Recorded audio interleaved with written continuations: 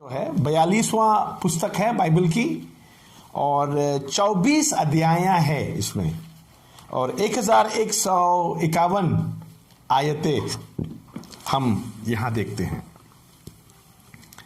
आपके साथ में ये लूका की समाचार को 4 भाग में हम देखना चाहूंगा। पहली भाग है लूका 1 अध्याय। हम पहला देखेंगे यीशु मसीह की शुरुआत। लूका 1 अध्याय 1 आयत से 4 अध्याय के 13 आयत तक के हम यहां क्या देखता है बोले से, यहां यूहन्ना बपतिस्मा की देने वाला यूहन्ना की पैदाइश कैसे पैदा हुआ हम यहां देखता है। 1 अध्याय की 5 आयत से हम पढ़ेंगे। 5 आयत से हम पढ़ेंगे। यहूदियों के राजा हेरोदेस के समय अबिय्याह के दल में जकरिया नाम का एक याजक था और उसकी पत्नी हारून के वंश की थी जिसका नाम एलीशिबा था। और वे दोनों परमेश्वर के सामने धर्मी थे और प्रभु की सारी आज्ञाएं और विधियों पर निर्दोष लगाने वाले थे। उनके कोई भी संतान ना थी क्योंकि एलीशिबा बांझ थी और वे दोनों बूढ़े थे। जब वो अपने दल की पारी पर परमेश्वर के सामने याजक का काम करता था तो याजकों की रीति के अनुसार उसके नाम पर चिट्ठी निकली और प्रभु के मंदिर में जाकर धूप जलाए। और धूप के जलाने के समय लोगों की सारी मंडली बाहर प्रार्थना कर रही थी कि प्रभु का एक स्वर्गदूत धूप की वेदी की दाहिनी ओर खड़ा हुआ उसको दिखाई दिया और जकरिया देखकर घबराया और उस पर बड़ा भय छा गया। परंतु स्वर्गदूत ने उससे कहा, हे जकरिया, भयभीत ना हो क्योंकि तेरी प्रार्थना सुन ली गई है और तेरी पत्नी एलीशिबा से तेरे लिए एक पुत्र उत्पन्न होगा और तू उसका नाम यूहन्ना रखना। हालेलुया। यूहन्ना की शुरुआत ऐसा है। उसके यूहन्ना के पिताजी जो है वो अबाइजा ग्रुप के डिवीजन के एक याजक था। वो मंदिर में उसका चिट्ठी निकला, उसका लॉट निकला मंदिर में जाके इंसेंस बर्न करने के लिए। उस समय उसको वहां स्वर्गदूत का दर्शन देखा और स्वर्गदूत ने बताया तुम्हारा प्रार्थना सुनी गई है। या देखिए, कभी कभी हम लोग डर जाता है जब परमेश्वर की स्वर्गदूत या परमेश्वर की हजूरी में जब हम आता है तो हम डर जाता है। मगर हमें परमेश्वर की एक फेवर होता है हमारे जीवन में, हमारे लिए एक खास एक परमेश्वर की प्रसन्नदायी आशीष ये होता है, हमारे प्रार्थनाओं को सुना जाता है। हालेलुया। हालेलुया। यहाँ बोला इसको यहाँ 13 आयत में बोला, फरिश्ता ने कहा, स्वर्गदूत ने कहा, मत डर जकरिया, तुम्हारे प्रार्थना सुन ली है। तुम्हारी पत्नी एलिजाबेथ अब पुत्र जन्म देंगे। हालेलुया। यह एक बहुत मजेदार बात है। यहां हम पढ़ेंगे 18 आयत। जकरिया ने स्वर्गदूत से पूछा, ये मैं कैसे जानूं क्योंकि मैं तो बूढ़ा हूं और मेरी पत्नी भी बूढ़ी हो गई है। पत्नी बूढ़ी हो गई है, मैं बूढ़ा हूं। हाँ जी, 19 आयत। स्वर्गदूत ने उसको उत्तर दिया कि मैं जिब्राइल हूँ जो परमेश्वर के सामने खड़ा रहता हूँ और मैं तुझसे बातें करने और तुझे ये सुसमाचार सुनाने को भेजा गया हूँ। देखो, जिस दिन तक ये बातें पूरी ना हो ले उस दिन तक तू मौन रहेगा और ना बोल सकेगा, इसलिए कि तूने मेरी बातों की जो अपने समय पर पूरी होगी प्रतीति ना की। विश्वास नहीं करने के कारण उसको बोला तुम गूंगा हो जाएंगे, अब बात नहीं कर पाएंगे जब तक बच्चा पैदा नहीं होता। तो यहाँ बहुत ही खास वचन है यहाँ। और यूहन्ना बपतिस्मा पैदा हुआ और इसके बाद में हम देखते हैं 2 अध्याय में यीशु मसीह की पैदाइश के बारे में हम यहाँ देखते हैं। लूका की 2 अध्याय में यीशु मसीह की पैदाइश के बारे में हम देखते हैं। और यहाँ यहाँ भी फरिश्ते आए हैं। देखेंगे लूका के 2 अध्याय उसका 8 आयत से। और उस देश से कितने गडरिये थे जो रात को मैदान में रहकर अपने झुंड पर पहरा देते थे, और प्रभु का एक दूत उनके पास आ खड़ा हुआ और प्रभु का तेज उनके चारों ओर चमका और वे बहुत घबरा गए। तब स्वर्गदूत ने उनसे कहा, मत डरो, क्योंकि देखो मैं तुम्हें बड़े आनंद का सुसमाचार सुनाता हूँ जो सब लोगों के लिए होगा, कि आज दाऊद के नगर में तुम्हारे लिए एक उद्धारकर्ता उत्पन्न है, उद्धारकर्ता जन्मा है, और यही यीशु प्रभु है। और इसी का तुम्हारे लिए इसका तुम्हारे लिए ये पता है कि तुम एक बालक को कपड़े में लिपटा हुआ और चर्नी में पड़ा पाओगे। तब एकाएक उस स्वर्गदूत के साथ स्वर्गदूतों का दल परमेश्वर की स्तुति करते हुए और ये कहते हुए दिखाई दिया कि आकाश में परमेश्वर की महिमा और पृथ्वी पर उस मनुष्य में जिससे वो प्रसन्न है शांति हो। तो स्वर्गदूत उसके पास से स्वर्ग को चले गए। तो गडरियों ने आपस में कहा, आओ इस बैतलहम जाकर ये बात जो हुई और जिससे प्रभु ने हमें बताया है देखें। उन्होंने तुरंत जाकर मरियम, यूसुफ को और चर्नी में उस बालक को पड़ा देखा, जिन्हें देखकर उन्होंने वो बात जो इस बालक के विषय में उनसे कही गई थी प्रकट की।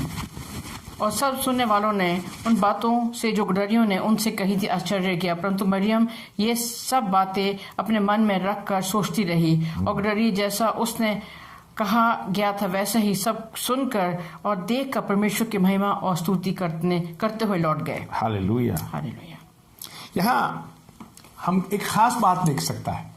आपको मालूम है क्या खास है? यहाँ बताइए क्या खास है, आपका दिल में क्या है? यह खास बात यह है, डॉक्टर लूक, जो लूक का जो ये पुस्तक लिखने वाले डॉक्टर लूक, उसने प्रेरितों की पुस्तक भी लिखा था।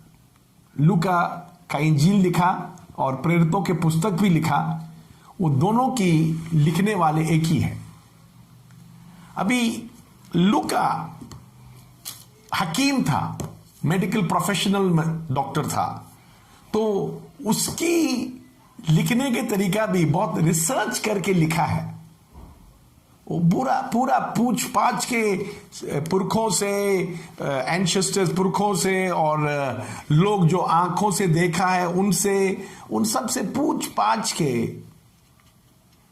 लिखा है ये बात।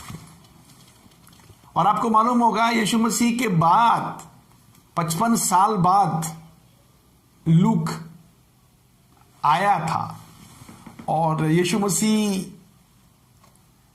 के समय के लोग जो बुढ़े हो चुके हैं उनसे पूछा होगा, चेलों से पूछा होगा, सब परमेश्वर की दासों से पूछ पाछ के उसने पवित्र आत्मा की मदद से इस पुस्तक को लिखा था। तो यहां हम आपके साथ देखते हैं 1 अध्याय से 4 अध्याय के 13 आयत तक हम देखते हैं।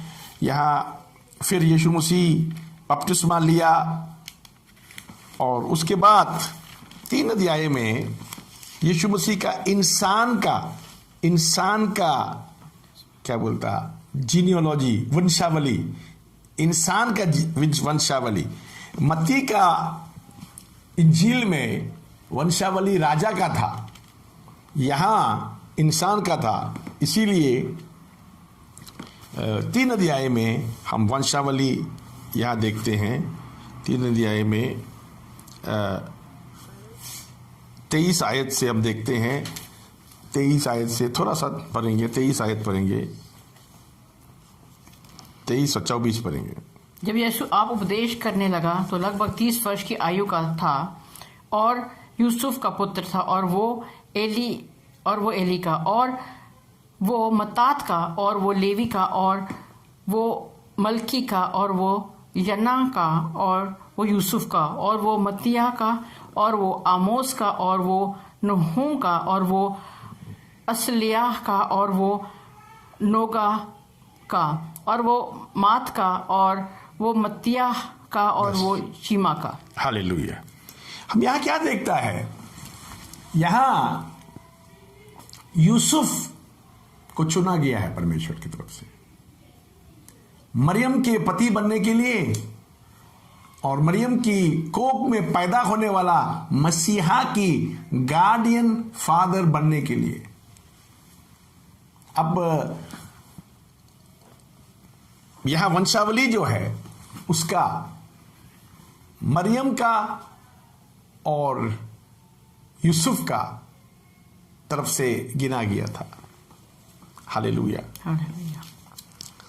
तो मैं आपके साथ देखना चाहेंगे इसके बाद दूसरा डिवीजन है 4 अध्याय 14 से 9 अध्याय की 50 आयत तक। अब यहां मसीह का सेवा, ठीक है, कैसे मसीह यीशु सेवा शुरू किया।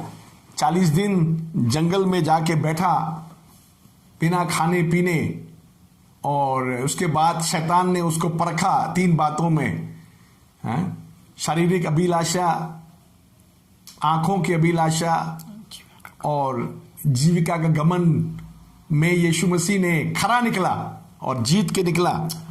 हालेलुया। और हम यहां देखता है अधिकार में दुष्ट आत्माएं निकाले, चंगाई की, चमत्कार की और चेलों को बुलाया।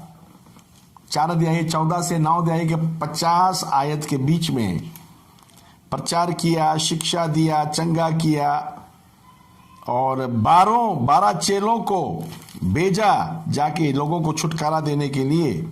और यहां हम देखता है 5000 लोगों को खिलाया और पतरस की अंगीकार यहां देखा। और यहां पहाड़ों पे यीशु मसीह की रूप बदलते हम देखा। और यीशु मसीह ने अपने मौत के बारे में आखिरी में बताया, हम देखा। ये दूसरा हो गया। तीसरा 9 अध्याय के 51 आयत से 19 अध्याय की 27 आयत तक हम देखता है यीशु मसीह की इनकार होने लगा लोगों का बीच में। यरूशलेम में गया यीशु मसीह, अभी 72 लोगों को प्रचार करने के लिए भेजा। लोग इनकार किया तो यीशु मसीह ने यहां अलग अलग लोगों की उदाहरण दिया, जैसे अच्छा समारी की उदाहरण और प्रार्थना और कपटीपन का और लालच का और मन फिर आने का और नजात जो हम मुक्ति कहता है उसका और चेलापन का और यहाँ जिसको हम प्रोडिगल सन बोलता है, उजारू पुत्र। या इसके बाद हम देखता है धन दौलत और यहाँ माफ करने का और वफादारी का। और यहाँ एक जक्की एक टैक्स कलेक्टर था, चुंगी लेने वाला था, उसने यीशु मसीह को कैसा कबूल किया। हम 19 अध्याय में उसकी कहानी भी हम देख सकते हैं। अभी हम चौथा डिवीजन जो है 19 अध्याय की 28 आयत से 24 अध्याय की 53 आयत तक। यहां हम पाम संडे यीशु मसीह यरूशलेम में गधे पर सवार होकर अंदर आया, जो जकरिया का 9 अध्याय के 9 आयत में पहले बता चुका था। मसीहा जब आएंगे तो गधे पर सवार होकर यरूशलेम में घुसेंगे। तो उसने उस बात को लोगों की नजरअंदाज नहीं करने दिया, उसको देखने दिया। उसके बाद अपने यीशु मसीह को लोगों ने आके पूछा, तुम कौन सी अधिकार में ये चिन्ह चमत्कार करते हैं? तो उसने उनको जवाब नहीं दिया। और यहां आखिरी भोजन यीशु मसीह चेलों के साथ किया गेत्सेमनी बाग में। यीशु मसीह ने प्रार्थना में बैठा, जब चेलों को जाके देखा, चेलों तो सो गया था, सबको नींद आ गई। यीशु मसीह ने कहता है, आत्मा तो चाहता है मगर शरीर कमजोर है।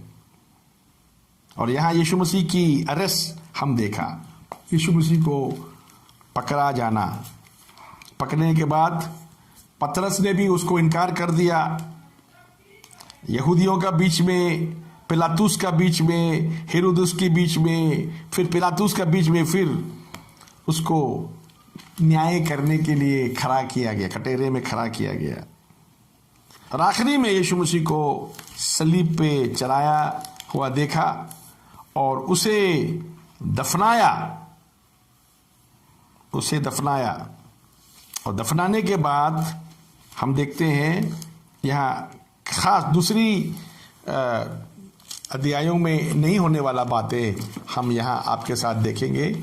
लूका की 24 अध्याय में, लूका की 24 अध्याय हम देखेंगे यीशु मसीह जी उठा। अभी जी उठने के बाद हम देखेंगे लूका की 24 अध्याय की 13 से हम पढ़ेंगे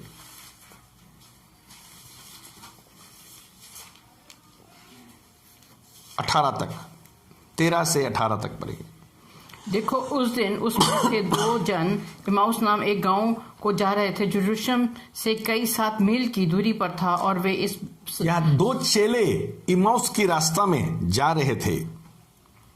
हाँ जी, जो यरूशलेम से कई 7 मील की दूरी पर था। यरूशलेम से 7 मील की दूरी में था। और वे इन सब बातों पर जो हुई थी आपस में बातचीत करते जा रहे थे।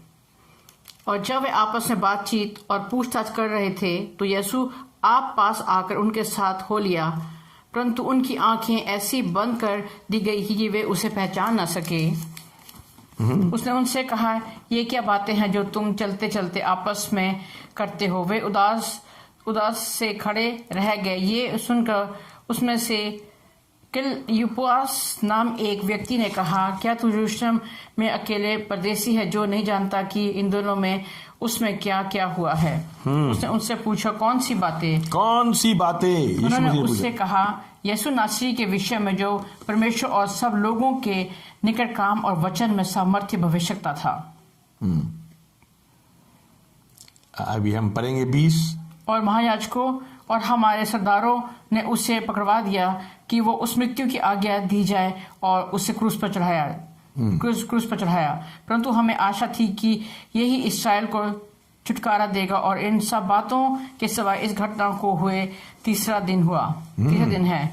और हम में से कई स्त्रियों ने भी हमें आश्चर्य में डाल दिया, जो भोरों कब्र पर गई थी और जब उसकी लौट ना पाई तो ये कहती हुई आई कि हमने स्वर्गदूतों का दर्शन पाया। उन्होंने कहा कि वो जीवित है। अब ये चेले हिल गया, चर्चा हो रहा है यीशु मसीह का।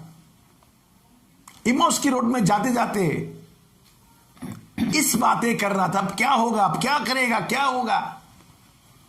यीशु मसीह ने उनके साथ जाके जुड़ा और उससे सवाल पूछा, क्या बातें कर रहा है? तो वहां उन्होंने बताया, आपको बाहर से आया क्या? आपको मालूम नहीं थे? यरूशलेम में यही तो चर्चा हो रहा है आज। उन्हें यीशु मसीह की सामर्थ्य जीवन के बारे में बताया। यहां हमने आपके साथ परमेश्वर का वचन में और भी देखेंगे। यहां उन्होंने बताया उसको, हमारे 2 महिलाएं गया कब्र में देखने के लिए और कब्र खाली था और फरिश्ते की दर्शन लेके उन लोग आया, यीशु मसीह जी उठ चुका है बोला। यहां हम आपके साथ पढ़ेंगे